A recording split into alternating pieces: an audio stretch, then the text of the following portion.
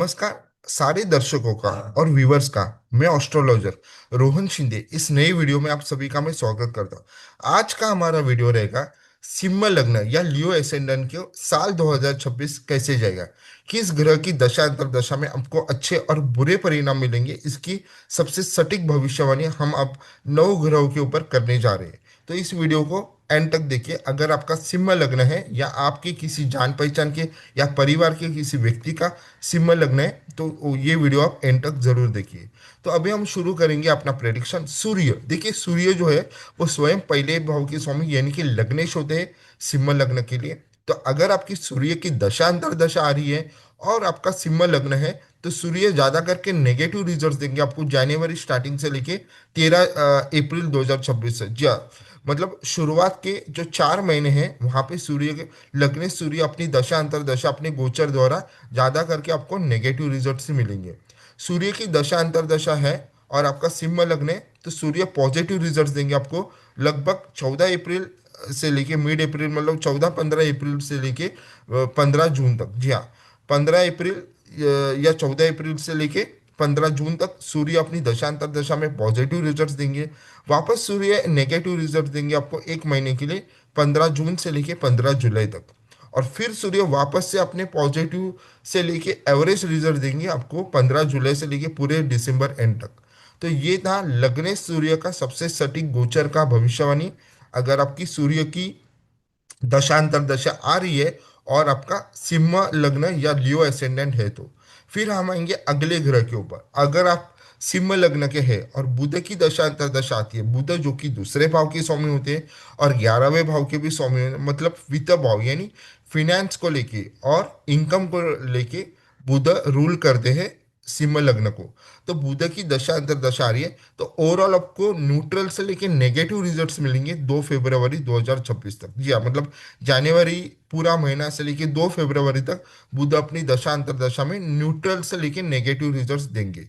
फिर बुध अपनी दशा अंतर दशा में पॉजिटिव रिजल्ट देना शुरू करेंगे 3 फरवरी 2026 से लेके 10 अप्रैल 2026 तक। और फिर से बुध अपने नेगेटिव रिजल्ट देना शुरू करेंगे अपने गोचर द्वारा 11 अप्रैल 2026 से लेके 21 अगस्त 2026 तक। और फिर बुध अपनी दशांतर दशा में पॉजिटिव रिजल्ट देंगे 22 अगस्त से लेके 30 नवंबर 2026 तक। और फिर बुध अपने वापस से नेगेटिव रिजल्ट देंगे और कुछ जातों के लिए एवरेज रिजल्ट देंगे दिसंबर 2026 तक। तो ये था बुध के गोचर द्वारा उसका प्रेडिक्शन, उसकी सटीक भविष्यवाणी। अगर आपका सिंह लग्न है और बुध की दशा अंतरदशा आ रही है तो फिर हम जाएंगे शुक्र के ऊपर। शुक्र जो कि सिंह लग्न के लिए तीसरे घर के स्वामी होते हैं और दशम भाव के भी स्वामी होते हैं। वैसे तो शुक्र अस्त ही रहेंगे, दिसंबर से ही वो अस्त चल रहे सूर्य द्वारा, लग्न सूर्य द्वारा। तो शुक्र की दशा अंतरदशा आपको नेगेटिव ही रिजल्ट देगी जनवरी से लेके 25 मार्च 2026 तक। जी हाँ, जनवरी से लेके 25 मार्च 2026 तक शुक्र की दशा अंतरदशा में उसके नेगेटिव रिजल्ट्स आपको मिलेंगे। फिर शुक्र अपने पॉजिटिव रिजल्ट देना शुरू करेंगे 26 मार्च 2026 से लेके 7 जून 2026 तक। और वापस से वो नेगेटिव रिजल्ट देना शुरू करेंगे 8 जून 2026 से लेके 3 जुलाई 2026 तक। और फिर शुक्र वापस अपने पॉजिटिव रिजल्ट देना शुरू करेंगे 4 जुलाई से लेके 1 सितंबर 2026 तक। और फिर वापस से शुक्र के नेगेटिव ही रिजल्ट्स मिलेंगे ज्यादा करके आपको 2 सितंबर 2026 से लेके पूरे दिसंबर एंड 2026 तक। इसमें एक समय आ रहा है 6 नवंबर से लेके 21 नवंबर तक शुक्र जो है वो वक्री हो रहे। तो जिन जातकों की कुंडली में सिंह लग्न होके अगर आपके जन्म के ही शुक्र वक्री है तो 6 नवंबर से लेके 21 नवंबर पे आपको अच्छे रिजल्ट्स मिलेंगे। अगर आपके जन्म पत्रिका में सिंह लग्न होके शुक्र वक्री है तो इस दौरान तो आपको अच्छे रिजल्ट्स मिलेंगे। तो ये थी शुक्र ग्रह के गोचर के सबसे सटीक भविष्यवाणी। अगर आपका सिंह लग्न है और आपको हमने वो डेट्स दिए जहाँ पे आप शुक्र अपने पॉजिटिव और नेगेटिव रिजल्ट्स देने वाले हैं, तीसरे घर को लेके और दशम भाव को लेके। फिर हम आते हैं मंगल के ऊपर। देखिए मंगल तो एक योग कारक ग्रह होते सिंह लग्न के लिए, क्योंकि वो केंद्र के भी स्वामी है चौथे भाव के, और एक त्रिकोण यानी नवम भाव के भी स्वामी है। लेकिन मंगल की दशा अगर आपकी चल रही है, दशा या अंतरदशा सिंह लग्न या लियो एसेंडेंट होके, तो मंगल ज्यादा करके आपको नेगेटिव रिजल्ट्स देंगे 11 पूरे जनवरी से लेके 11 मई 2026 तक। यहाँ पे उन जातों के लिए बहुत ही अच्छे और पॉजिटिव रिजल्ट्स मिलेंगे अगर आपके लगन की सूर्य यानी आपके लग्नेश बहुत अच्छे बैठे हैं। जी हाँ, अगर आपकी मंगल की भली दशा अंतरदशा हो लेकिन आपके लग्नेश सूर्य आपकी जन्म पत्रिका में बहुत ही अच्छे बैठे, तो फिर मंगल के आपको नेगेटिव रिजल्ट्स नहीं मिलेंगे। इस दौरान मंगल अपने पॉजिटिव रिजल्ट देंगे। तो इस बात का ध्यान रखिए कि आपकी सूर्य को देखिए, जन्म की सूर्य यानी लग्नेश कहीं पे अच्छे बैठे हैं, तो मंगल की दशांतर दशा में अच्छे रिजल्ट्स मिलेंगे, नहीं तो नेगेटिव रिजल्ट्स ही ज्यादा करके मिलेंगे। फिर मंगल पॉजिटिव रिजल्ट्स देंगे 12 मई 2026 से लेके 1 अगस्त 2026 तक। इस पीरियड में मंगल की दशांतर दशा में सिंह लग्न होके वो पॉजिटिव रिजल्ट देंगे। फिर मंगल अपनी दशांतर दशा में नेगेटिव रिजल्ट देना शुरू करेंगे 2 अगस्त 2026 से लेके 17 सितंबर 2026 तक। और फिर से मंगल अपने ओवरऑल पॉजिटिव रिजल्ट देंगे 18 सितंबर 2026 से लेके 11 नवंबर 2026 तक। फिर मंगल अपने नेगेटिव रिजल्ट देना शुरू करेंगे 12 नवंबर 2026 से लेके दिसंबर एंड 2026 तक। तो ये पीरियड है जहां पे मंगल अपने पॉजिटिव रिजल्ट दे रहे, उस बात का फायदा उठाइए, क्योंकि वो चौथे भाव के स्वामी है, नौवे भाव के भी स्वामी, यानी केंद्र और त्रिकोण के स्वामी होके एक योग कारक ग्रह है। तो पॉजिटिव रिजल्ट जहां जहां पे मंगल दे रहे उस समय का फायदा आप जरूर, अगर आपकी मंगल की दशा हो रही है और सिंह लग्न है तो। फिर हम जाएंगे अगले ग्रह यानी गुरु के ऊपर। देखिए गुरु जो है यानी जुपिटर, वो सिंह लग्न के लिए पंचम भाव के स्वामी होते हैं, लेकिन वो अष्टम के भी स्वामी। तो गुरु का जो गोचर है अभी वो वक्री चल रहे हैं, आप सभी जानते हैं। जेमिनी यानी मिथुन राशि में वो वक्री हो रहे हैं, लेकिन वक्री के बाद वो मार्च में मार्गी हो जाएंगे, और फिर जून में वो लगभग अपने उच्च राशि में उनका प्रवेश हो जाएगा कर्क में। तो गुरु की दशा अंतरदशा में अगर आपका सिंह लग्न है तो जनवरी से लेके 31 में, मतलब पूरे साल के 5 महीने आपको पॉजिटिव रिजल्ट्स ही मिलेंगे। तो इस बात का फायदा उठाए कि स्टार्टिंग से लेके 1 जनवरी से लेके पूरे 31 मई 2026 तक, मतलब पूरे 5 महीने गुरु की दशांतर दशा, और आपका अगर सिंह लग्न या लियो एसेंडेंट है तो आपको बहुत ही पॉजिटिव रिजल्ट्स मिलने वाले हैं। सूर्य अपने नेगेटिव रिजल्ट देना शुरू करेंगे 1 जून से लेके 30 अक्टूबर 2026 तक। जी हाँ, यही समय है जहाँ पे गुरु अपने उच्च राशि में जा रहे हैं। अभी बहुत लोगों को ये लगेगा यार उच्च राशि के गुरु कैसे नेगेटिव रिजल्ट दे सकते हैं, तो यही सबसे सटीक भविष्यवाणी होती है जो हमने हमारे गुरु से सीखी है।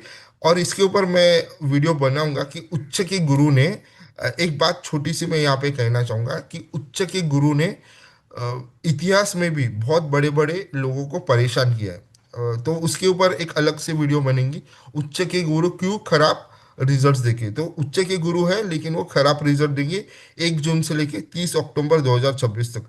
फिर जो गुरु है वो साल की जो 2 महीने रहेंगे आखिरी, क्योंकि उनका गोचर फिर लगन में हो जाएगा, लग्नेश में वो आ जाएंगे, सिंह राशि में आ जाएंगे 1 नवंबर के करीब। तो वहां पे गुरु अपने अच्छे परिणाम देंगे नवंबर और दिसंबर 2026 तक। गुरु जहाँ पे नेगेटिव रिजल्ट दे रहे 1 जून से लेके 30 अक्टूबर, मतलब जून जुलाई अगस्त सितंबर अक्टूबर, वापस एक 5 महीने का समय है जहाँ पे गुरु खराब रिजल्ट दे रहे जून से लेके अक्टूबर। तो वहां पे आप क्या कर सकते हो, आप हर गुरुवार को फास्ट कर सकते हो, उपवास कर सकते हो।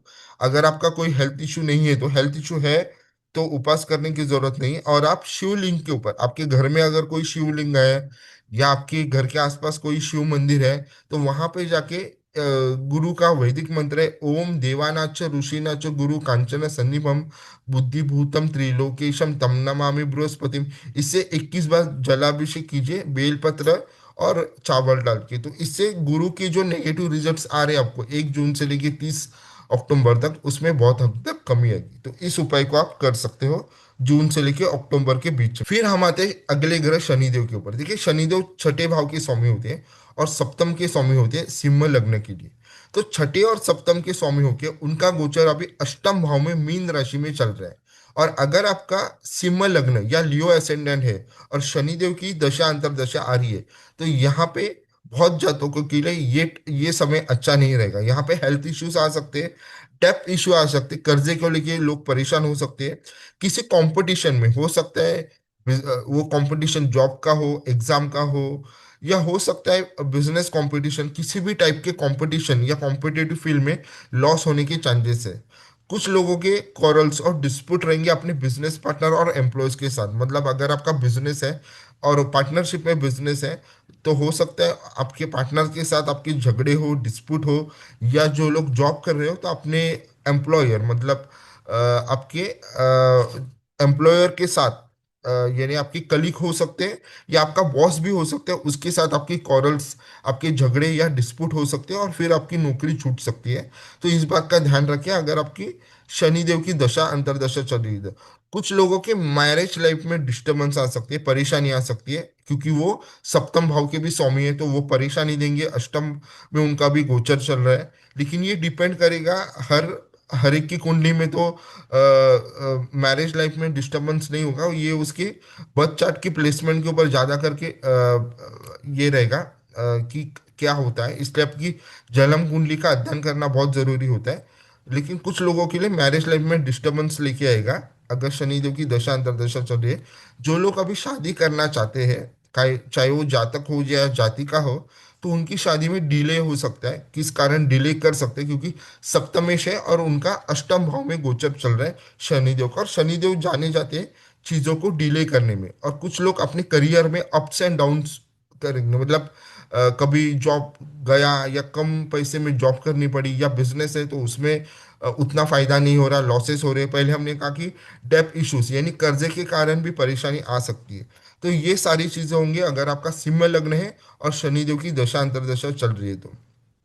और यहाँ पे उन जातों के लिए बहुत ज्यादा नेगेटिव रिजल्ट्स आएंगे अगर ये शनिदेव बाधित हो रहे आपके लग्निश सूर्य द्वारा। जी, हम सभी जानते हैं कि सूर्य देव जो है वो शनिदेव के परम शत्रु होते हैं। तो परम शत्रु के कारण अगर शनिदेव को पीड़ा हो रही है, यानी आपकी जन्म के सूर्य के कारण शनिदेव को पीड़ा हो रही है, तो उनकी दशा अंतर्दशा में और ज्यादा आपको नेगेटिव रिजल्ट्स शनिदेव को देखने को मिलेंगे। तो इस बात का ध्यान रखिए। और इसके हम लोग रेमेडी भी होंगे। तो एक माला का आपको शनिदेव का जाप करना पड़ेगा। ओम शन शनिच्चराय नमः, तुलसी की एक माला का आप रोज जाप कर सकते हो। हर शनिवार को आप शनि महात्मा पढ़ सकते हो। ये आपको नेट अमेजोन के ऊपर मिल जाएगा, अपनी भाषा में आप भी इसको पढ़ सकते हो। शनिदेव का महात्मा होता है, एक छोटी सी किताब होती है, साढ़े साती की कहानी है उसमें, तो वो आप हर शनिवार को पढ़ सकते हैं। आपको नॉनवेज अवॉइड करना है। ये उन लोगों के लिए जो लोग नॉनवेज खाते हैं, तो शनिवार के दिन, सैटरडे को आपको नॉनवेज नहीं खाना है, क्योंकि शनिदेव इसके भी स्वामी होते हैं, प्राणियों के भी स्वामी होते हैं। तो नॉनवेज खाना आपको शनिदेव को आप और ज्यादा खराब करोगे। अगर आप वेजिटेरियन हो तो फिर कोई सवाल ही नहीं। फिर हर शनिवार को आप शनिदेव के मंदिर में जाके तेल चढ़ा सकते हैं, आपके घर के आसपास अगर कोई मंदिर रहेगा तो। और बहुत ही इंपॉर्टेंट रेमेडी, ये हम सभी को कहते हैं कि आपको ईगोलेस होना है। अगर आपको शनिदेव की दशा अंतर्दशा है या आपकी साढ़े साथी भी है, अगर आपका सिंह लग्न हो के, तो आपको ईगोलेस होना है, किसी भी चीज का ईगो नहीं रखना है। क्योंकि शनिदेव खुद इसी शनि महात्मा में कहते हैं कि जो इंसान ईगो होता है, मैं उसको बहुत ही ज्यादा पीड़ा करता हूँ। तो ईगोलेस होना ये आपके हाथ में ही है। और हमारी रेमेडी इसी तरह से होती है कि यहाँ पे कोई वैदिक रेमेडी होती है। यहाँ पे हम कोई टोटके नहीं देते कि ये अंगूठी पहन लो, इस ग्रह का ये हीरा या पन्ना ये पहन लो, फिर आपकी सारी चीजें ठीक हो जाएंगी। वो सब टोटके हम नहीं देते। जो सही में काम करती है वही रेमेडी हम देते हैं। और ये रेमेडी का अगर आप देखोगे तो खर्चा कुछ भी नहीं है। तो अगर आपकी शनिदेव की दशा अंतर्दशा है तो इस रेमेडी को आप जरूर कीजिए।